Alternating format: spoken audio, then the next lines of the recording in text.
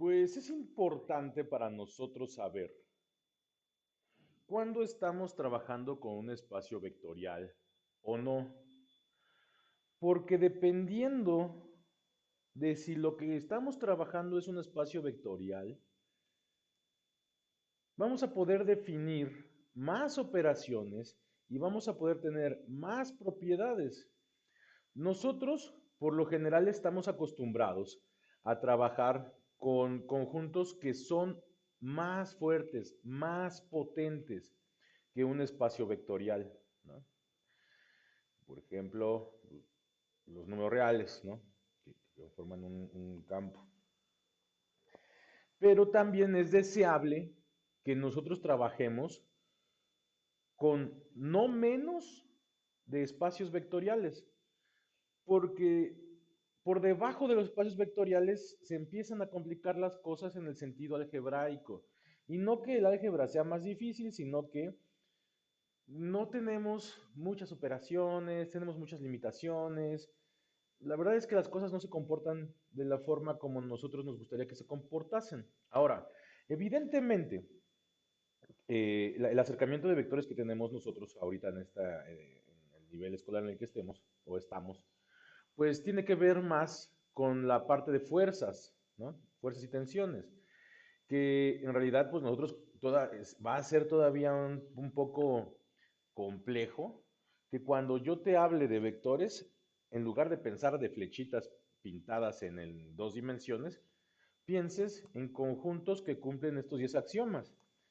¿Por qué? Porque las flechitas estas, que son los componentes de una fuerza o los componentes gráficos de una fuerza, pues es lo primero que nosotros entendemos como vector. Y sí, ese tipo de representación, ¿no? Esos vectores en el plano, son un tipo de espacio vectorial. Pero ya vimos que no es el único tipo de espacio vectorial, sino que matrices, polinomios, funciones, también forman espacios vectoriales. De tal manera que para nosotros estudiar espacios vectoriales nos da un punto de partida para poder decir propiedades o las propiedades mínimas de los conjuntos con los que trabajamos día con día. Para eso voy a enunciar un par de teoremas más, me parece que todavía son dos o tres, algunas definiciones, y luego vamos a pasar a trabajar directamente con la idea de vector, sin necesidad de decir cómo es el vector.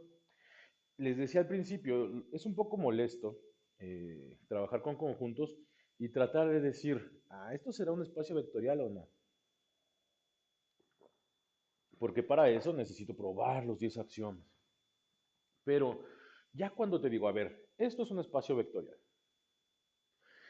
con esa afirmación, nosotros tenemos ya adquiridas ciertas propiedades, ciertas cosas que se pueden hacer, ciertas cosas que no se pueden hacer, pero eso es gracias a las propiedades de cerradura, de conmutatividad, de asociatividad, de neutro aditivo, de neutro multiplicativo y de multiplicación por escalares. Entonces, teorema.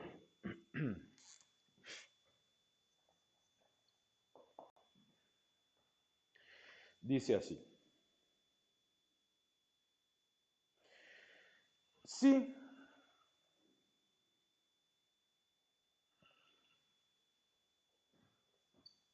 U y W son subespacios vectoriales de un espacio vectorial V, entonces la intersección de U con W también es un subespacio vectorial. Hace ratito, en el dibujo que les hice de cómo se ve un espacio vectorial, es decir, como un espacio vectorial no deja de ser de un conjunto, pues esto se ve con forma de conjunto. Y dentro de ese conjunto debemos tener al neutro aditivo y al neutro multiplicativo. Y por supuesto, pues aquí tenemos un montón de vectores, ¿no? ¿Cuántos? Pues infinitos incluso. Y nos hicimos la pregunta, oye, dado que esto es un conjunto, ¿existen subconjuntos de este conjunto que también sean espacios vectoriales? La respuesta es sí, y dijimos o reflexionamos que un subconjunto de un espacio vectorial es también a su vez un espacio vectorial si se cumplen las leyes de cerradura. Pero también tenemos que observar que para que el subconjunto sea a su vez un espacio vectorial, necesitamos por fuerza que existan la cerradura, bueno, que existan las cerraduras, pero también que esté el neutro aditivo y el neutro multiplicativo en un escalar. Entonces, por ejemplo, si este azul es que, por supuesto, es un subconjunto de V, pero si este azul es un subespacio vectorial, por fuerza debe tener estos dos al menos. Neutro multiplicativo, neutro aditivo. ¿Puede existir otro? Por supuesto que puede existir otro. Pero ese otro también tiene que tener el aditivo, el multiplicativo y ser cerrado. ¿Puede existir otro? Claro. ¿Y otro? Claro. Pero si tengo dos, entonces al menos, se van a intersectar con el elemento, con los elementos neutros.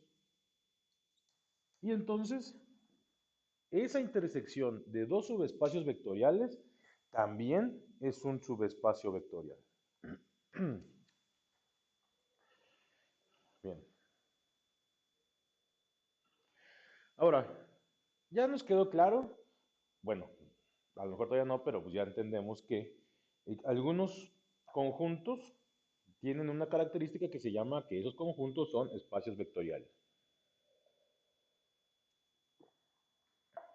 Por supuesto que los elementos que viven dentro de un espacio vectorial, pues le voy a llamar vectores, sea la forma que tengan, si son funciones, si son matrices, si son polinomios, sea cual sea la forma que tengan, por vivir en un espacio vectorial les vamos a llamar vectores. Ahora, ustedes, por ejemplo, están muy familiarizados con los vectores que son coordenadas, ¿no? Te dice tu profe, a ver, en el plano tienes la coordenada 1,2, pero no es la única forma de representar esa coordenada, ¿no? Sino que tú puedes agarrar una flechita que vaya del origen y que apunte a 1,2. Y a esto le llamas U. Y U lo escribes exactamente igual que una coordenada, pero usando la notación de brackets.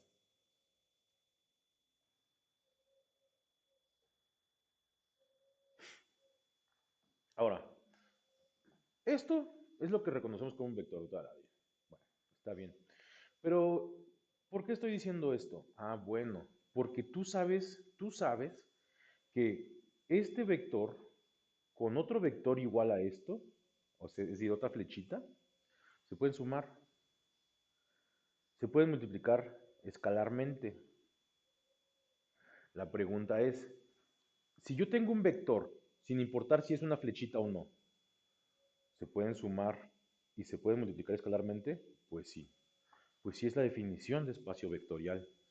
Ahora, si yo sumo y multiplico escalarmente, puedo definir algunas otras cosas. Definición. De ahora en adelante, cuando yo hable de vectores, por favor, entiendan los vectores como elementos de un espacio vectorial y no como flechitas.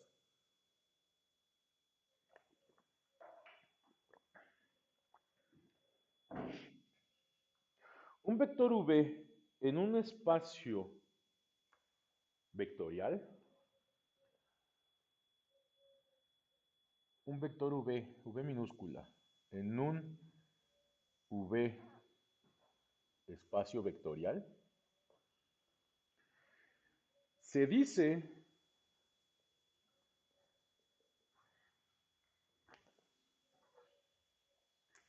combinación lineal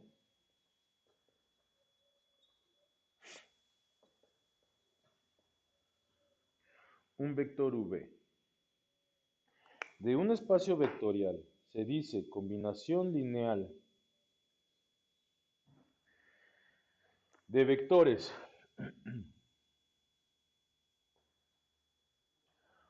u sub 1, u sub 2, u sub 3, así hasta u sub n, que también viven en ese espacio vectorial v.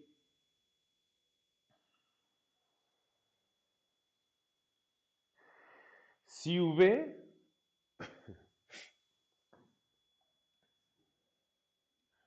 puede escribirse dos puntos, como v igual a C1, U1, más C2, U2, más punto, punto, punto, más Cn, Un, con todas las Cs, aquí estoy poniendo C sub I, escalares.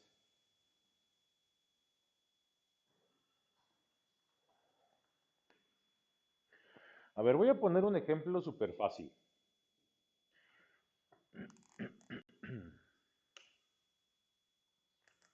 Pensemos en el conjunto de los números... No, de los números no.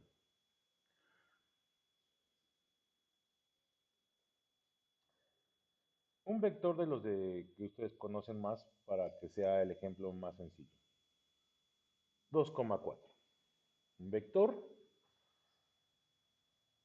Entonces, yo puedo agarrar el escalar 2 y multiplicarlo por el vector 1,0 y sumarlo con el escalar 4 que multiplica a 0,1. ¿No?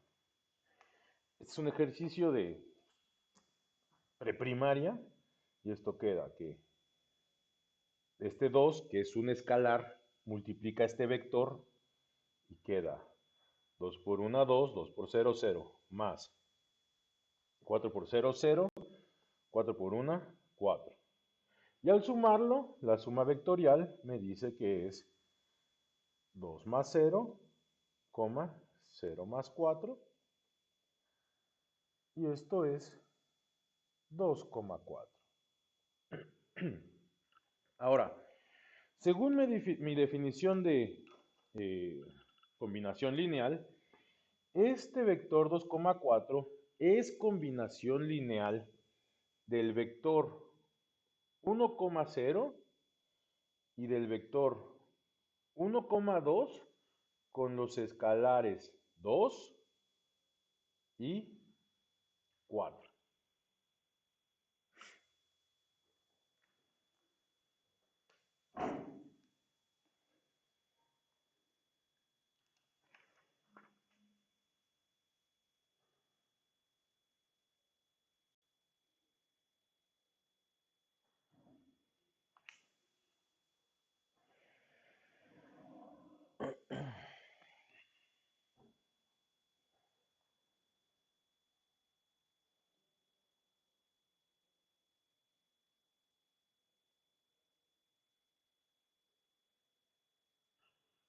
¿Es claro lo que es una combinación lineal?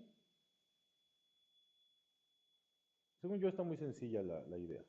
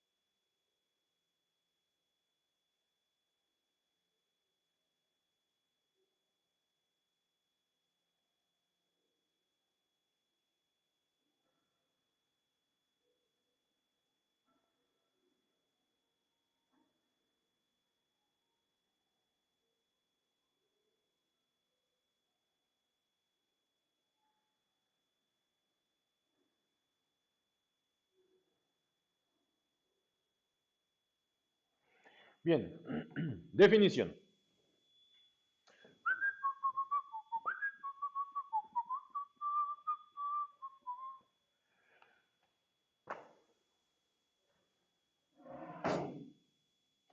Seguramente si ya llevaron,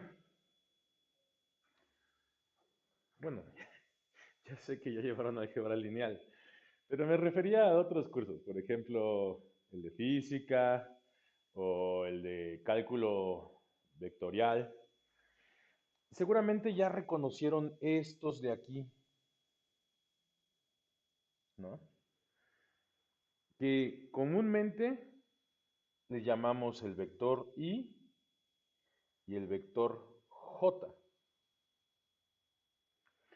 porque son de cierta manera muy especiales.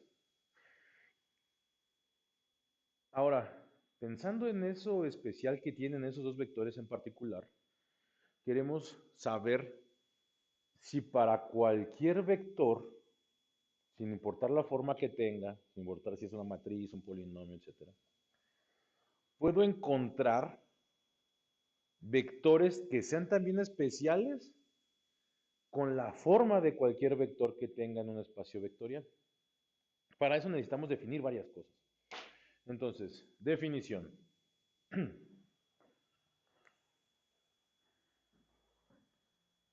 Esta definición es la definición de conjunto generador.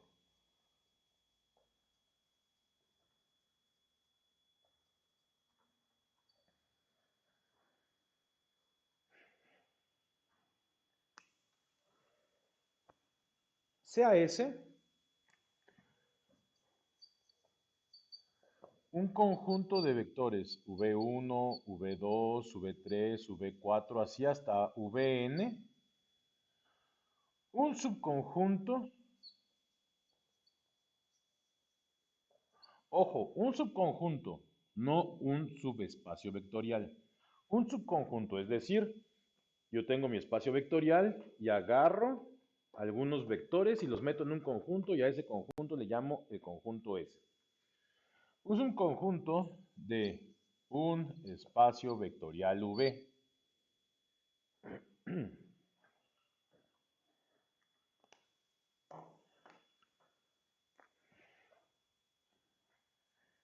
El conjunto S,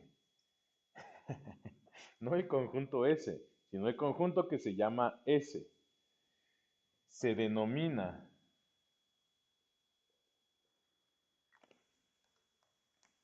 generador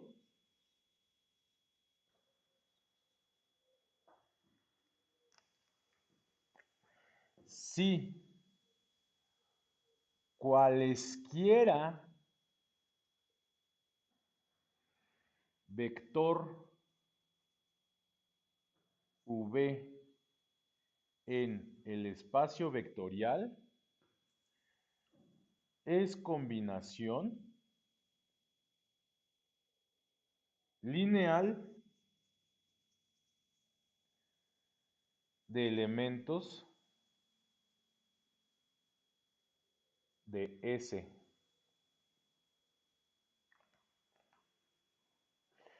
Con el ejemplo que acabamos de dar hace rato, puedo escoger a S como el conjunto que contiene a los vectores de dos entradas 1,0 y 0,1, ¿no?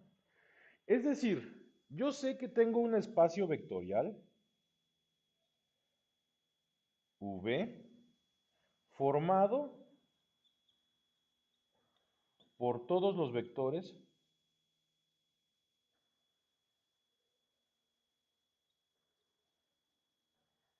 de dos entradas, ¿no? Tu espacio vectorial son el conjunto de todos los vectores de dos entradas, ¿no? Que se ven como estos. Todos, todos, todos. Así el 5,7, pi, e, menos 8,1 millón. Todos los vectores. Ahora, mi pregunta es, ¿ese será un conjunto generador? Bueno, tenemos que remitirnos a la definición. La definición me dice, tu conjunto S se va a llamar generador si tú agarras cualquiera de los elementos que viven en V y lo puedes escribir como combinación lineal de elementos de S. A ver, Marco Antonio, ¿cómo te dicen a ti? ¿Marco o Antonio? ¿O el Buki?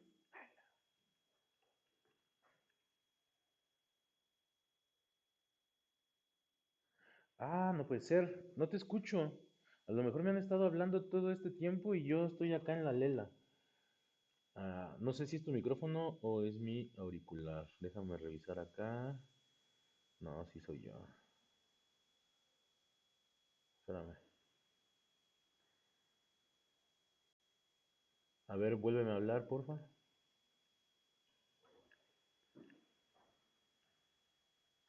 No, te escucho. Ah, ya te escucho. Ah, ya ves, eras tú. No puede ser. Dígame, ¿cómo te dicen a ti, Marco Antonio?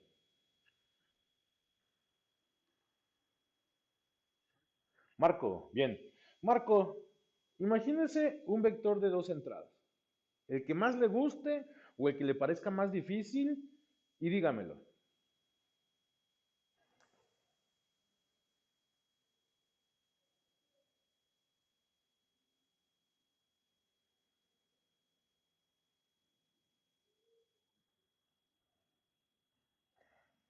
5,7. Bueno, voy a agarrar mis vectores que están en S, 1,0 y 0,1. Los escalares tienen que ser números reales y los puedo multiplicar por los vectores porque como V es un espacio vectorial, cumple los 5 axiomas de la multiplicación escalar. Entonces puedo agarrar, por ejemplo, al 5 y puedo agarrar, por ejemplo, al 7. Puedo multiplicar escalarmente y luego puedo sumar porque como V es un espacio vectorial, entonces cumple con las 5 axiomas de la suma. De tal manera que si yo escribo esto, lo estoy escribiendo en forma de combinación lineal. ¿A quién? A 5,7. Pero eso aplica para cualquier vector de dos entradas. Los reto a pensar en un vector de dos entradas que no se pueda escribir como una combinación lineal. Después de una inspección rápida te vas a dar cuenta que no existe ningún vector de dos entradas que no se puede escribir como combinación lineal.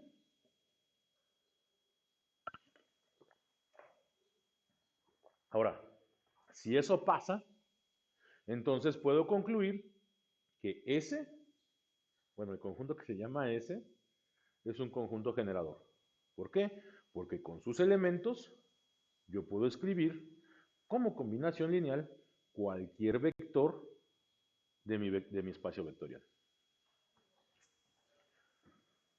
¿Dudas hasta aquí?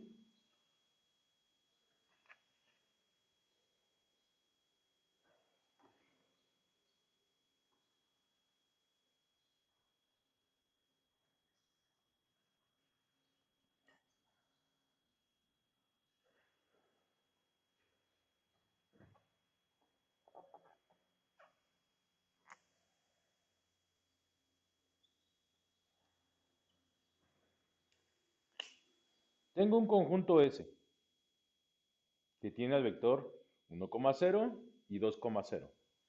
Intenta escribir al 5,7 como combinación lineal.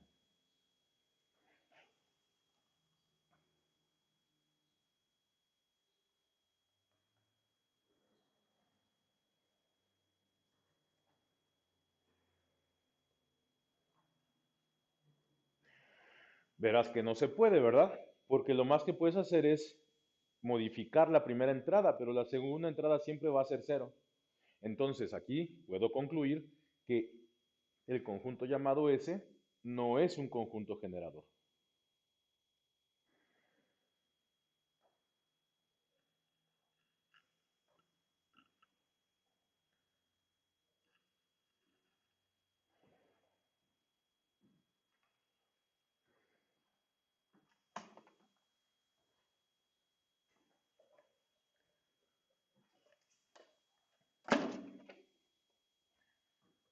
Definición.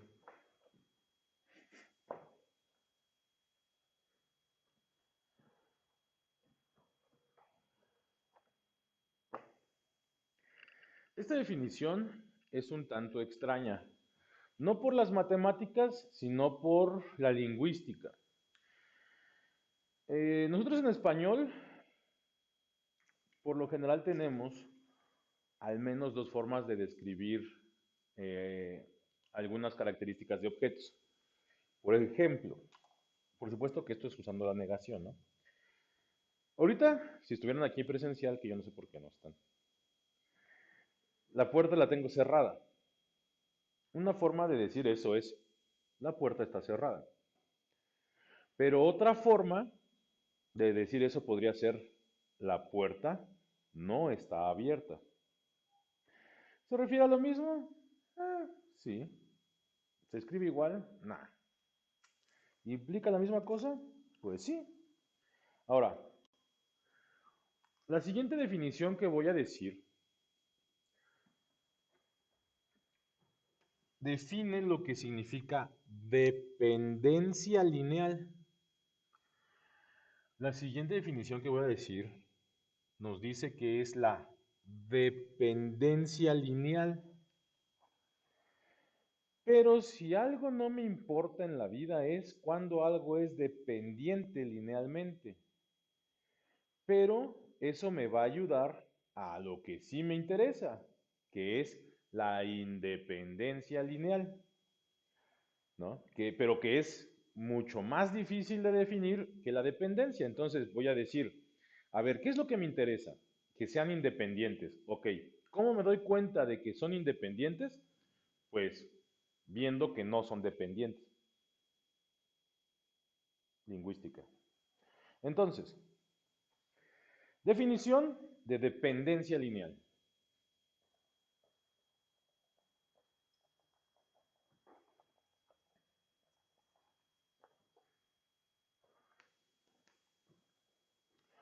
Un conjunto de vectores S, justo como lo tengo aquí. Un conjunto de vectores llamado S, que contiene vectores v1, v2, v3, v4, así hasta vn, de elementos de un espacio vectorial V,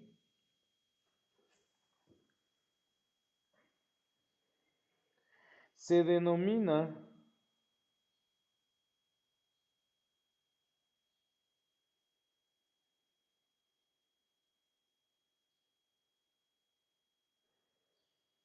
linealmente dependiente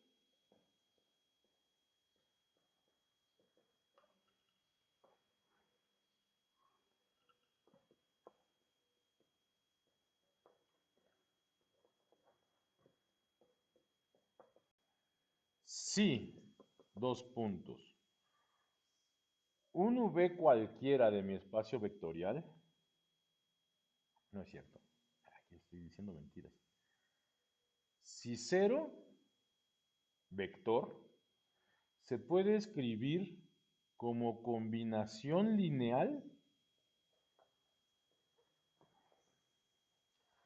de los vectores que viven en el conjunto S, sin que las Cs, todas las Cs, todos los escalares sean igual a cero.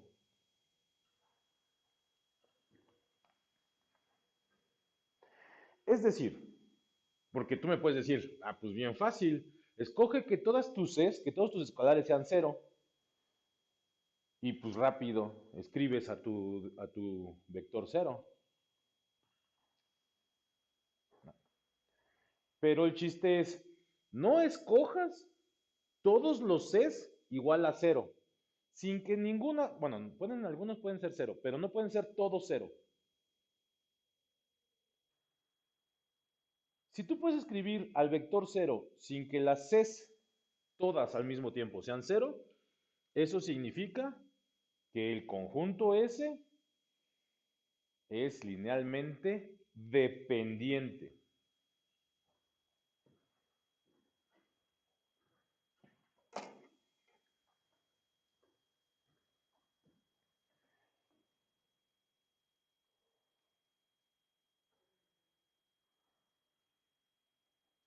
Ahora, ¿qué significa que algo sea linealmente independiente? Bueno, pues que no es dependiente. Punto.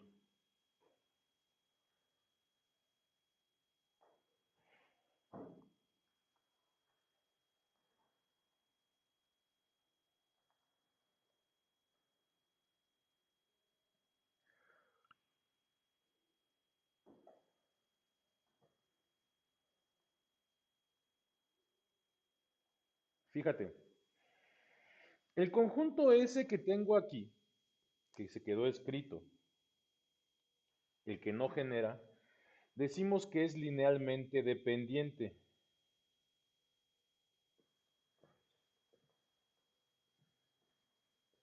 Linealmente dependiente. Observa. Voy a usar ese mismo, no es cierto. Quiero escribir el cero vector. Es decir, quiero escribir el 0,0. Pues puedo hacer esto. Menos 2. Ya para empezar, mi primer escalar no es 0. Multiplicado por 1,0 más 1 multiplicado por 2,0. Fíjate cómo ninguno de mis Cs es 0, pero esto es igual a menos 2,0 y esto es igual a 2,0. Que si yo sumo esto es menos 2 más 2, 0 más 0, y esto es igual al vector 0. Si esto pasa, o si esto es posible, es porque esta cosa es linealmente dependiente. Ahora, regresemos al que tenía en un principio, que era S igual a el conjunto 1,0 y 0,1. Si yo quiero escribir el cero vector, no va a haber de otra a que yo escoja por fuerza a mis dos escalares como cero. Es decir, que eso es linealmente independiente. ¿Por qué? Porque no es linealmente dependiente. Punto.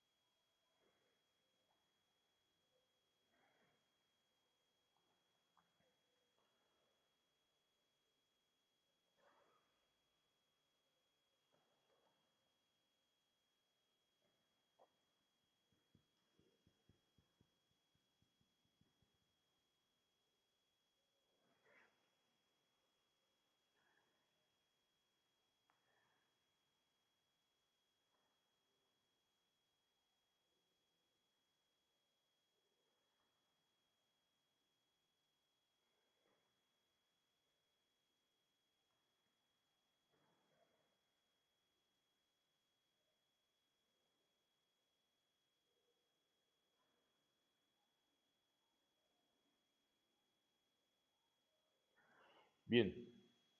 Ahora, buenamente o malamente, no sé cómo lo vean ustedes, comprobar que algo es linealmente dependiente o linealmente independiente es muy sencillo, porque basta con hacer eliminación gaussiana, es decir, hacer Gauss-Jordan. Y eso me va a decir si es independiente o si no es independiente. Voy a borrar, copien porque voy a borrar para poner unos ejemplos.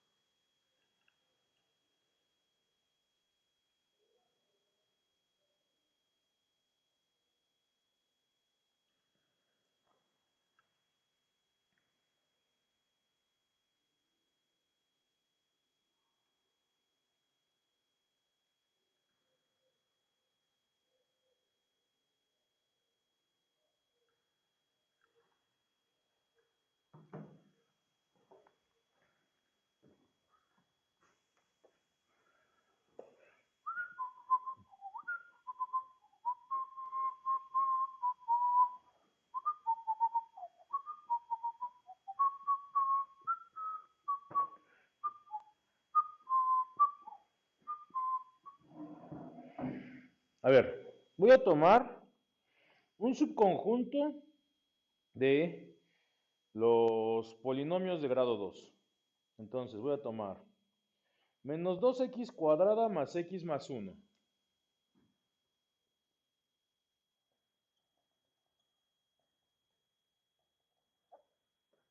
Ese es un elemento de el espacio del conjunto de polinomios de grado 2. Menos x cuadrada más 5x más 2. Menos x cuadrada más 5x más 2. Ese es otro elemento del conjunto de polinomios de grado 2. Y voy a tomar x cuadrada más x. Tres elementos. ¿Elementos de qué conjunto? Del conjunto que contiene a los polinomios de grado 2. A todos los polinomios de grado 2. Solo me bastaron escoger tres de ellos. Con eso formé un conjunto que le llamé S. Y quiero saber si eso es linealmente independiente o no.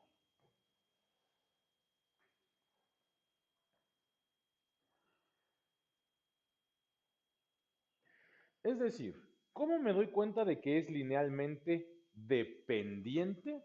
Ah, pues tengo como objetivo escribir al cero. Ese cero lo tengo que escribir con este vector y con este vector. Ayudado de constantes. Y sumadas para hacer una combinación lineal.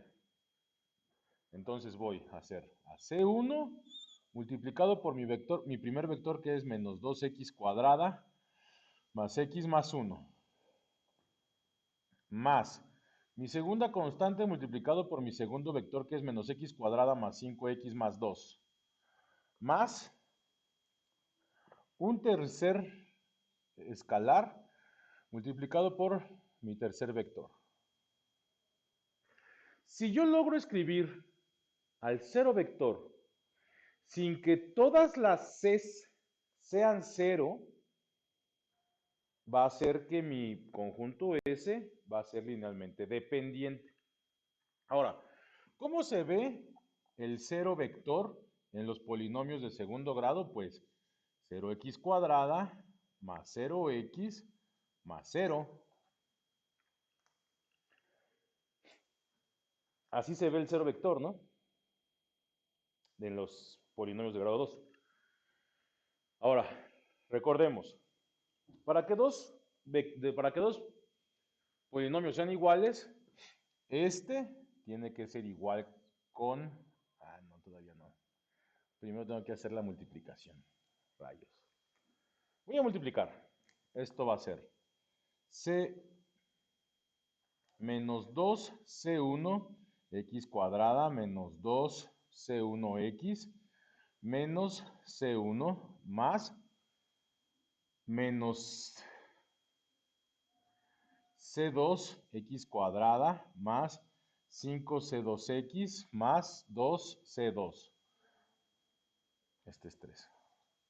Más C3x cuadrada más C3x. Ahora, de toda la vida sabemos que eso se puede sumar si, solo si son términos semejantes. Término semejante, x cuadrada con x cuadrada con x cuadrada.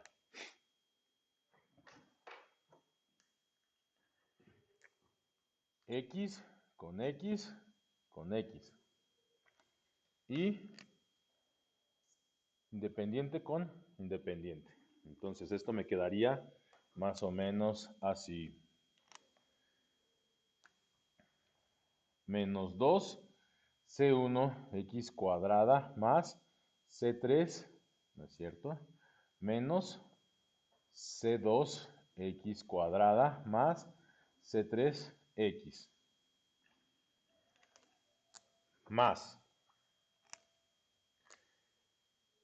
menos 2c1x más 5c2x más c3x.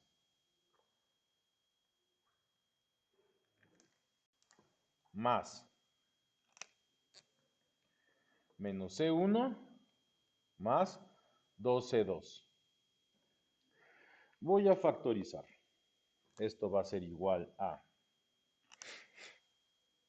menos 2C1 menos C2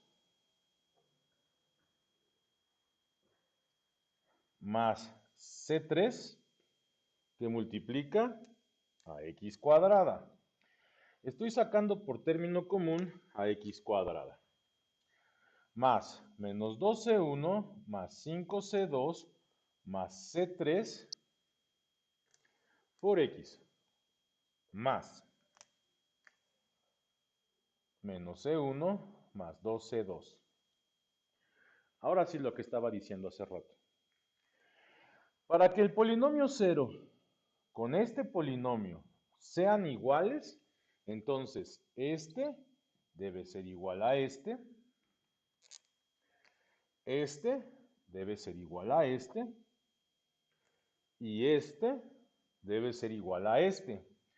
Pero para que sean iguales, entonces, menos 2C1 menos C2 más C3 debe ser igual a 0, porque el X cuadrada ya la tengo. También que menos 2C1 más 5C2 más C3 debe ser igual a 0, porque el X ya lo tengo. Y que menos C1 más 2C2 también debe ser igual a 0. Ahora, pues ahí tengo un sistema de ecuaciones, ¿no?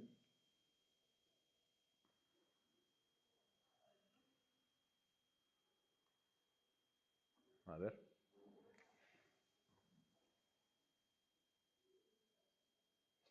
Menos 2, menos 1, 1. Lo aumentamos con el lado derecho que es 0. Menos 2, 5, 1, 0. Menos 1, 2, 0, 0. Sale. Gauss Jordan, por favor.